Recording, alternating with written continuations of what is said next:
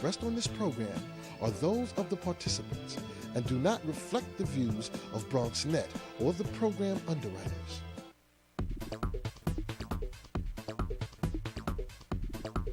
BronxNet.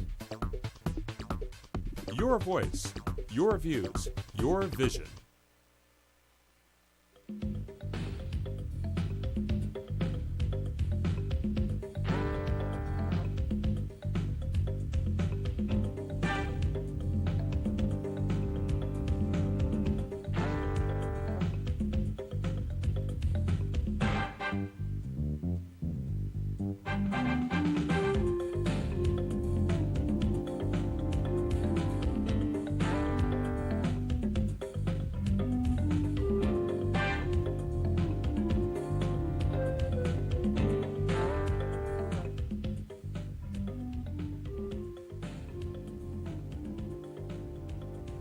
Good evening and welcome to Bronx Talk. The public career of tonight's guest has paralleled the lifespan of the 17 plus years of Bronx Talk, and so he has been our most frequent guest over the years, something I think he's proud of. And now that he's Borough President, that might make him also our most important guest as well. We'll talk with him tonight about the Kingsbridge Armory, living wages, fresh direct in the Bronx, guns in our streets, education, and more. Please note, because the Borough President has a show on News 12 where he takes phone calls, we will not duplicate that service. So to speak with him, please call into that program. But for here and now, we welcome back to Bronx Talk the Bronx Borough President, Ruben Diaz Jr. Thanks for joining us. Thank you for having me. Every time I'm here, we continue to make history. You noted that you are the Kobe Bryant now of Bronx Talk. Well, Kobe Bryant surpassed Michael Jordan as the all-time all-star scorer, and I continue to do so here on BronxNet. Let's get right to it. I think in all the time since you've been Borough President, each time you've been on the show, we've started off with the Kingsbridge Armory. Maybe that project will ultimately define your term in office, so let's start there. The assumption would have to be you're pleased with the new RFP at the Kingsbridge Armory. Absolutely, Gary, and that's what we wanted all along. You know, we were never of the mindset that we just wanted the Armory to stay vacant. When we saw and we took that vote back in 2009, it was not just about living wage, but it was also about usage of the Armory. Look, the fact of the matter is that the Armory would have devastated local businesses in the area. It would have definitely caused a ripple effect where Fordham Road, which is just one train station away, we would have seen a lot of stores possibly boarded up with tax dollars from those store owners that would have been used to their own demise. And what we did subsequent to the vote back in 2009 is that we created a task force. And that task force, as I said before on your show, included many people, folks who were either happy or on our side last go around or were not. What we wanted to do was show the city, show the mayor that there was this interest in developing the Armory, doing so in a way where there's living wage jobs, and doing it in a way where it would not cause an adverse effect to the neighboring businesses, but can be a destination place. And so the difference in this RFP that we announced last month is that the language, instead of being focused solely on the retail center mall, it opens it up to other things. Do you have a favorite plan that you've heard? I mean, various people have talked about a number of different things. This idea of a hockey arena and a sports complex is out there. Is that something you'd like to see? Do you have something you'd advocate for at this point? Well, what I've done since I've been at Borough Hall is whenever there's an RFP process, we allow for people to submit those proposals, and I never ever have a favorite. What I do, Gary, is that I say and I point out those that I do not like. And right now, there's still the process of accepting RFPs. That process is open until March 22nd. So I don't know everything that's coming in. Certainly, when you look at the ice sports arena or things like the velodrome, there's so many wonderful, interesting ideas from the film industry. I've come here and I said that the way we can create jobs is the film industry. So there are so many different ideas that we saw come before the task force. And when the EDC did a tour of the Armory a couple of weeks back, 74 different people from myriad different industry did that tour. So there's a large interest there, and we'll see what happens once the RFPs come in. For those that I like, I'll like. I'm not going to pick anyone, but I'm going to be vocal about what I think does not fit at the Armory. How did it happen? How did we get to the point where probably the last time you were here, there was a lot of disagreement with the administration and with the city? How did we get to a point where this actually happened? Did you meet with the mayor directly? Did your staff get involved? Did you call him? Did he call you? How did it work? Well, it was a long process, and then what people don't realize is that subsequent to 2009, there are so many different projects that we have worked on with the city of New York, and I've shown the mayor that we are willing to put differences aside, not take anything personal, create jobs for the Bronx, create opportunities for all New Yorkers, and whether it's the produce market and making sure that they stay in Hunts Point. And other things, and housing in particular. We work with HPD. So Howard Wolfson saw that there is this willingness to work. Nobody wanted for this beautiful building to stay dormant. And Howard Wolfson, the first deputy mayor, visited me, called me, and we started a conversation sometime around October of last year. Did you meet with the mayor? I mean, have you had dialogue, or even on the phone, have dialogue Yes. with the mayor about this? Yes. And the nature of those, I think people would be interested to know how that works. Well, I'm not going to go into, no one ever wants to go in specifically with those dialogues, but, they obviously have been a lot more cordial on the Armory itself, where we said, look, none of us wanted to punt this down to the next administration. We wanted to show that while we have had differences in the past, and we have differences in other areas, that we can put those differences aside, especially when it comes to the Kingsbridge Armory. And I think that it took the city by surprise, and it showed that when you hear all the time about Washington, D.C., and folks can't put their differences aside, and they're stagnant, and things aren't getting done, at least here in New York City, Mayor Bloomberg and the Bronx Borough President could work together for the betterment of the Bronx and the betterment of the city. You are probably one of the only people who got him to blink. The mayor blinked on this one, and I think people were surprised, because this mayor doesn't usually do that. The mayor is cooperative, and the mayor, just like myself, we want to see this building develop in a way where not only the Bronx but all of New York City has a wonderful story to tell. At approximately the same time that the RFP was announced, the living wage bill was being negotiated. Certainly it was circulated through blogs and discussions that, maybe there was a little agreement that the borough president said, you work with me on the Kingsbridge Armory and I'll back off and I won't get involved with the city council, because you did back off the discussions on the living wage.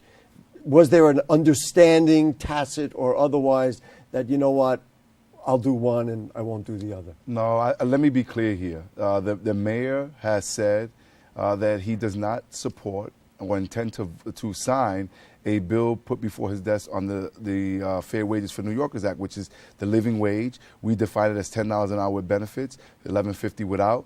I wish that his mentality and his position was a different one, but no, the two things are exclusive. What we did with the Armory and the RFP there was with the mayor and I. What we did with the Fair Wages for New Yorkers Act was between myself, the New York City Living Wage Coalition, and the Speaker of the City Council, Christine Quinn. And there were some compromises. Did we get everything that we wanted on living wage? No. But it was a great first step forward. And I think that it's important to have Christine Quinn now, because I suspect that in the future, when this bill is put before the mayor, he will veto it. And we're hopeful that there will be enough votes in the city council to override that veto. As I understand what ultimately came out with the living wage, if, let's say, and I know you're not for this, but let's say there is a mall proposed at the Armory, and that would make it all the way to the finish line, the living wage bill that was passed would not apply to the stores in the Armory, which would seem to defeat your original contention. So maybe you didn't quite get what you wanted on the living wage bill. I make no bones about it that we did not get 100%, but let me be clear, though. This is the strongest, or would be the strongest living wage law in the entire United States. But if there was a more, which I don't think would be a smart thing at the Armory, no, the tenants, unless the tenant is a subsidiary of the developer of the place. Much like the hockey rink, which is being proposed, supposedly they're going to manage the whole. Then they would have to pay 100% living wage to all of the people, because, and what people don't realize is the overwhelming majority of big, huge developments that take heavy taxpayer subsidies, where the Fair Wages for New Yorkers Act will kick in, are not, they don't have tenants. They receive the money and they would have to pay the entire workforce a living wage. Is there a project coming down the pike you think that this new bill would be useful, or are we still waiting to see one that would fit into that category?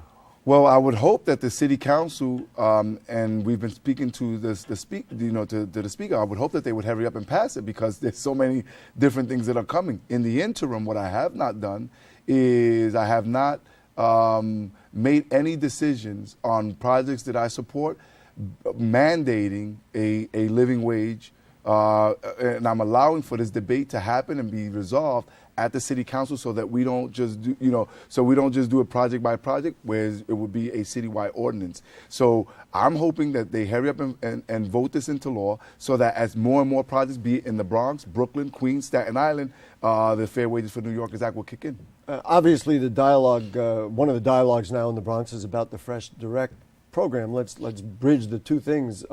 Was there a dialogue about living wage in the negotiation with Fresh Direct?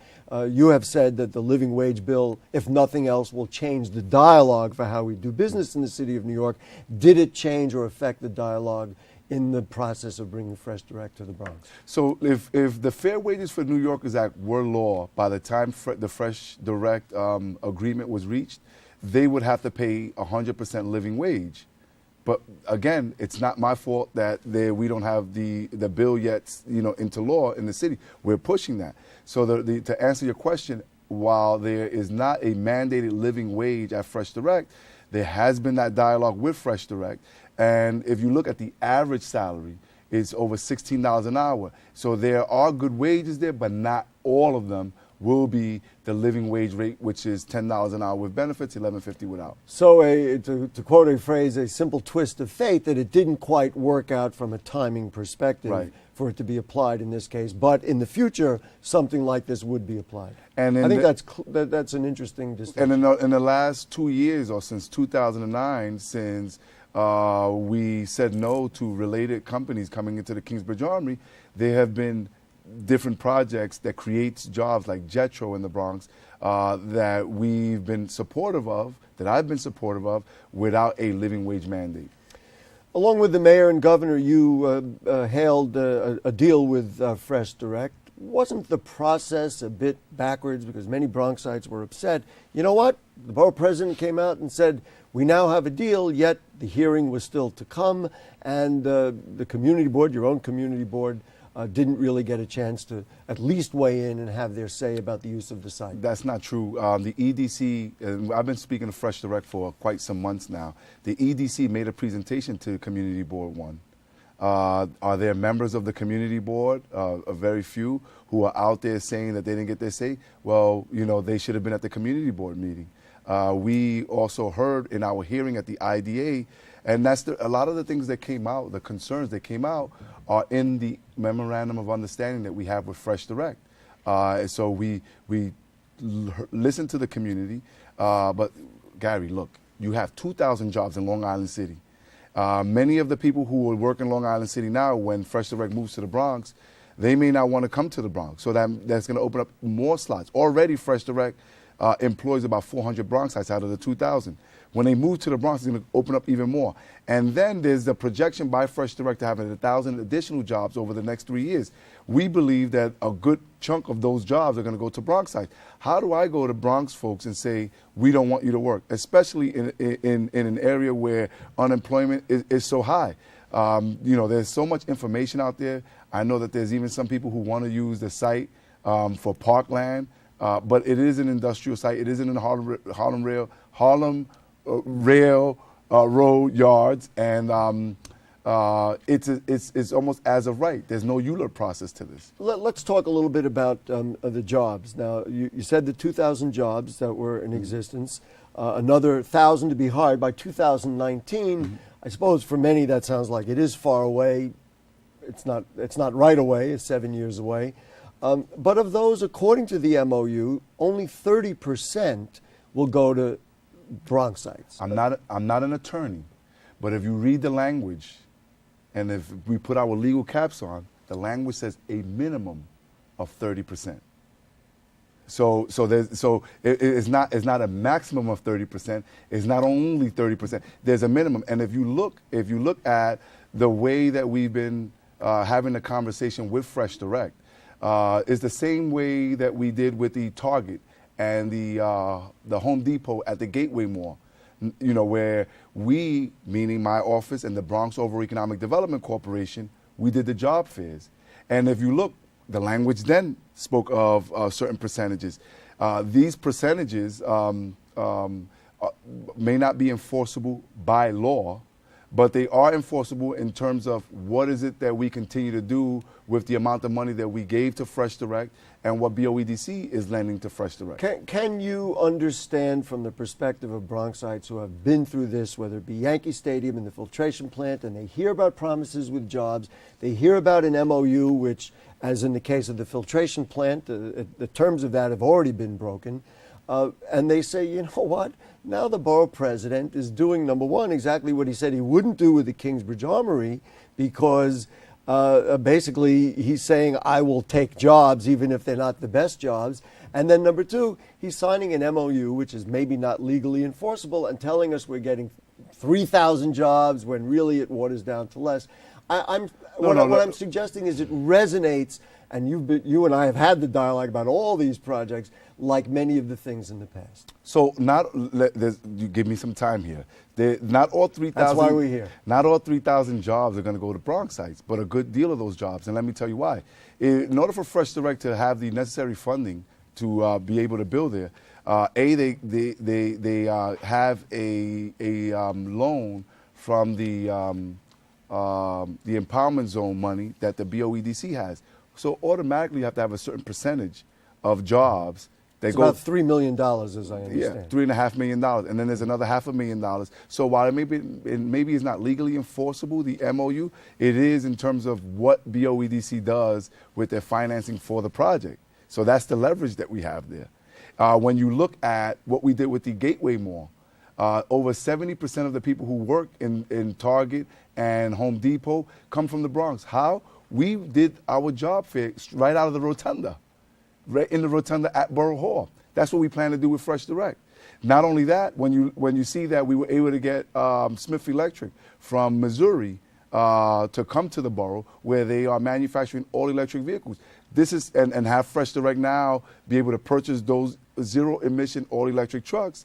This is how we continue to create more jobs. What I would tell those people is just to have a little bit of trust. We're not going to say no to the potential of thousands of jobs. We just can't. We can't afford it. Those people need, are they prepared to go out there, the people in the South Bronx and throughout the Bronx say, we don't want you to work? I'm not prepared to do that. But you did do that at the Kingsbridge Armory. Or is that not a parallel situation? No, it's different because in the Kingsbridge Armory, it was about usage as well. So, for instance, am I against a retail mall? No, that's the reason why we're supporting Prestige going in and expanding at Bay Plaza. That's why we're going to have Macy's come in Bay Plaza, and they're going to open up, connect the Macy's with the J.C. Penney's with a full-scale mall. That would work at Bay Plaza. Will a mall work at the Kingsbridge Armory? Absolutely not. And so you have to find the right balance where you want to create jobs, but you don't want to do so in a way where the jobs that you create at the Armory, you would have taken away from those that are working at Fordham Road. Do you think that the Fresh Direct and that location and bringing all those workers there will help spur some of other kinds of development in that neighborhood, which is a barren industrial area?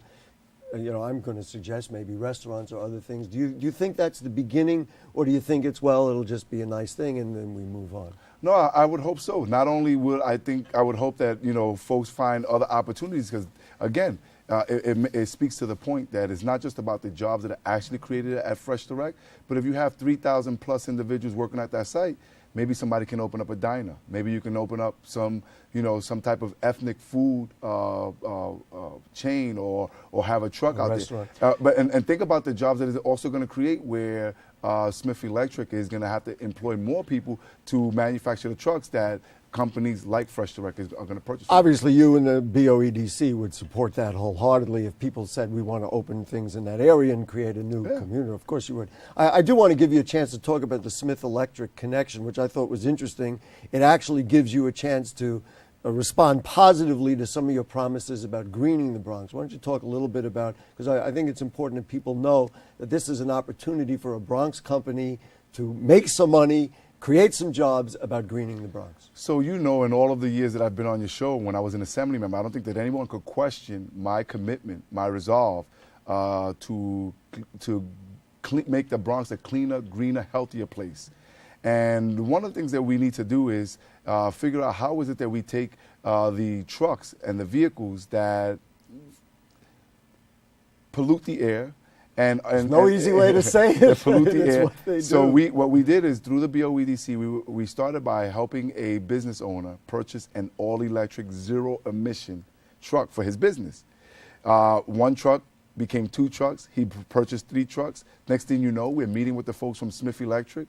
They're based out of Missouri. They wanted to come to the northern eastern corridor of the United States, the coast. And we said, you know what, why don't you look at the Bronx? They fell in love with the borough. They spoke to Marlene Sintron from the BOEDC. We were able to help them out with the state, create the climate where they can come in here. And it works because now we can have other organizations and other entities, particularly in Hunts Point, purchase all-electric trucks. They hire people at Smith Electric. And so that's just one area. The other way we are doing smart, sustainable economic development is by making sure that if you want to do buildings, right? So the largest polluter are not cars, Gary, they're buildings. We need to make our housing stock more environmentally friendly. And one of the things that we're doing is working with organizations like Bronx Shepherds and the Association for Energy Affordability, training Bronxites how to green buildings, retrofit them. And so now if you want capital money from us, you got to have a LEED certified building. I just want to make the fresh, direct connection that, at least the way you described it, Smith Electric will be helping them to convert their truck force. They've already purchased their 10 trucks. So you see how this is part of what I call the conceptual master plan of what we have for the borough.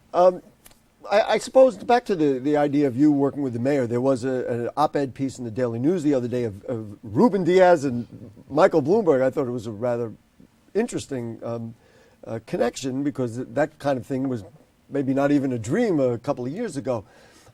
Bronxites would be concerned, you know what, because the mayor is so engaging and so difficult in some ways that the borough president would not be independent when it comes to things that he really believes in, because now, you know what, he's dealing with the mayor and he's not, and he's going to kind of compromise on some of the things. Would you feel independent enough to still stand up to the mayor, for example, suing the city on the closing of schools or on the siting of homeless shelters? Well, look at this. The answer to that is absolutely, look, I will work with the mayor where we can. We're standing up to the mayor on the Fair Wages for New Yorkers Act.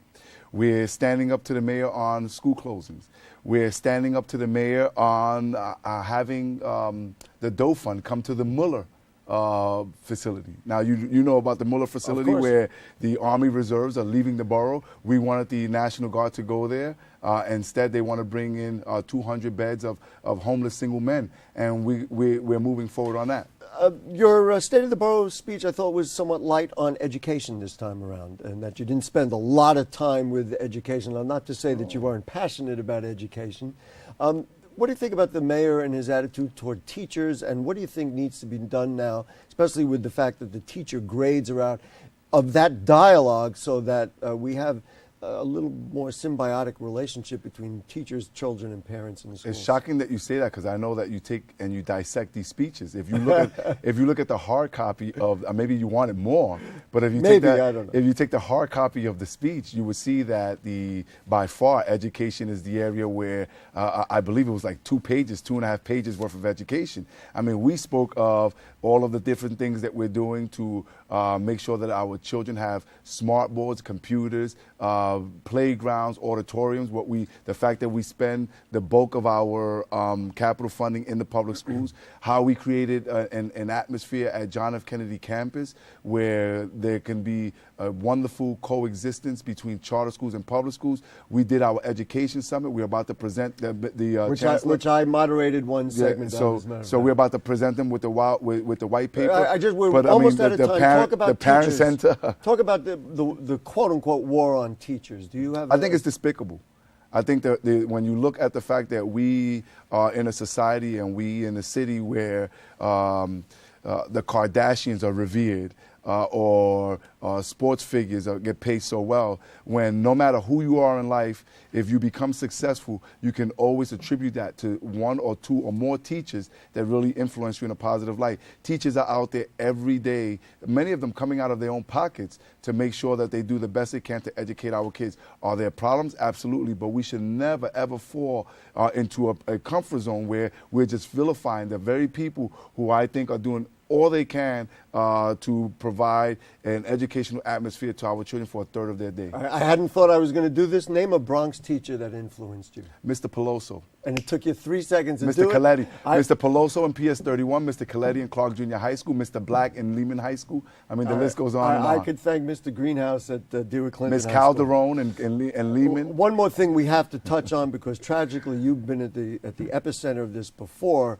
where a young Bronx man was shot and killed by police. What should happen with that whole scenario? What should happen as the next step after that tragedy that happened on East 29th Street? Yes. Oh, well, I mean, this one is a tough one for the NYPD or for the mayor to defend. Look, everyone knows that 13 years ago, when I was a young assemblyman, we were out there with the Diallo family and Mrs. Diallo. And almost to the day, 13 years later, Diallo was killed February 4th, 1999. Young Graham was killed February 2nd, 2012. Incredible. And what we have done a lot in terms of building and repairing police and community relations. But when you get a police officer who is not trained, I didn't say that. The NYPD says that, was not trained and equipped to be in that neighborhood, working with that unit at the time. When you get a young man who is going and walking into his house, when you look at the video, and then minutes later you see the police run after him, instead of calling for backup. It's training? It's training. It's giving the family the respect, the answers that they need. I mean, why was he killed in his own bathroom? Why was the grandmother detained for more than 7 hours as if she did something wrong? Are you kidding me? Without her medication. So the family needs respect, the family needs answers, and ultimately they need justice. Mr. Borough President, you were right before we started. You said we need an hour. You are right. We need an hour. Is it all gone already? We're done. Thank you so much. And we know pleasure. you're invited back, and we'll keep the dialogue going in the Bronx. Thank you once again for the opportunity, Gary. Folks, if you have further comments or questions on anything you heard on tonight's show or anything going on in the Bronx, then email them to us at bronxtalk@hotmail.com, and we'll read those on the air during a future edition of our program. Archives of Bronx Talk are available at bronxnet.org. You click Bronx Talk on the right-hand navigation bar. And the announcement today, we now have a Facebook page. So please like Bronx Talk on Facebook. We'll ask the Borough President to do the same. We'll post the links to all our shows and continue the dialogue and talking about the BX. Next week, the IBO will be with us to analyze the aforementioned required payments to improve Bronx parks that have not been paid under the Croton Filtration MOU. Bronx Talk, always something to talk about. Monday nights at 9 on BronxNet Channel 67, Cablevision, Verizon Fios 33. Thanks to producer Jane Folloro and the cast of thousands who are around us. To the Borough President, thank you. And to you, good night. So